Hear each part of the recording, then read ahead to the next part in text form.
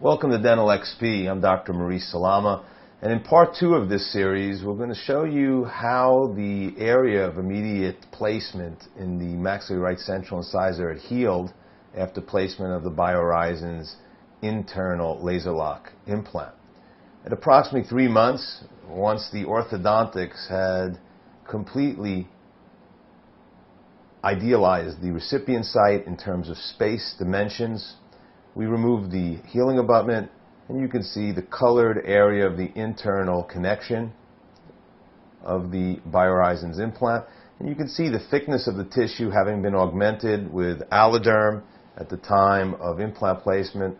And then again, showing you the sulcus interproximally. We're going to temporize this utilizing a standard temporary abutment, a stock temporary abutment. And you can see the clearance and the projection and angulation of this implant with more than 2 millimeters of thickness now of the labial tissues.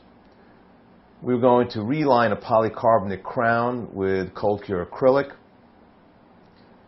and we're going to utilize a screw access or screw retain temporary restoration, so we don't have to worry about cement below the gum line during the sculpting and healing phases of the soft tissue.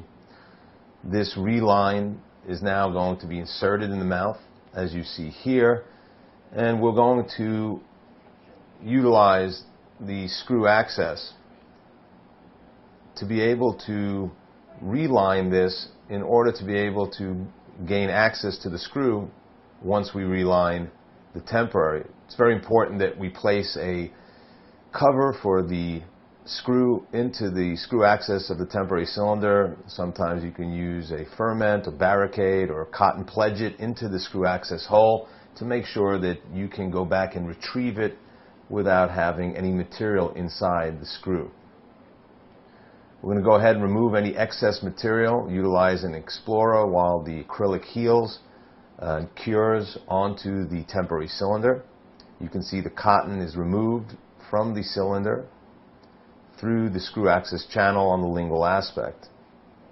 And once again, showing you how that cotton is removed and how we maintain clearance to then, once the acrylic has completely set, being able to retrieve this very easily through the lingual screw channel.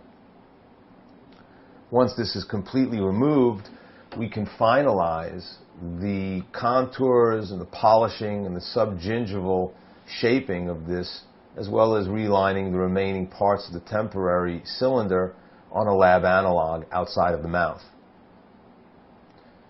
I'm going to thoroughly irrigate the subgingival areas, and while this is being handled in the laboratory and finalized, and here you can see it after finalizing it and glazing it in the laboratory, you can see the 2 to 3 millimeters of subgingival collar of the temporary restoration, and then screwing this in the mouth intraorally, once again through the screw access channel. This will now allow that subgingival area, that 2 to 3 millimeters of depth on the facial aspect, to have time to sculpt itself over the next 8 weeks. Our premise normally is to under contour or flat contour the subgingival area to make sure that we don't gain recession during this healing phase. We check the occlusion, and we use barricade to seal the subgingival access during the next several weeks in the temporary restoration. This is a very important part of the process of gaining ideal aesthetics. What we want is for this soft tissue to start to apply itself and shape itself around the temporary restoration over the next 6 to 8 weeks before final soft tissue impression is taken to the lab for the final restoration. Cotton is then once again placed inside the screw access channel to protect the screw from the barricade material, and then we seal that screw access with a light cured barricade to make certain that nothing can get into this lingual channel. Light curing is performed, any flash is removed and polished away utilizing water and rubber wheel, and you can see that this tissue now will have time to start to shape itself, the interproximal tissues and labial tissues, without having to worry about cement in this subgingival area.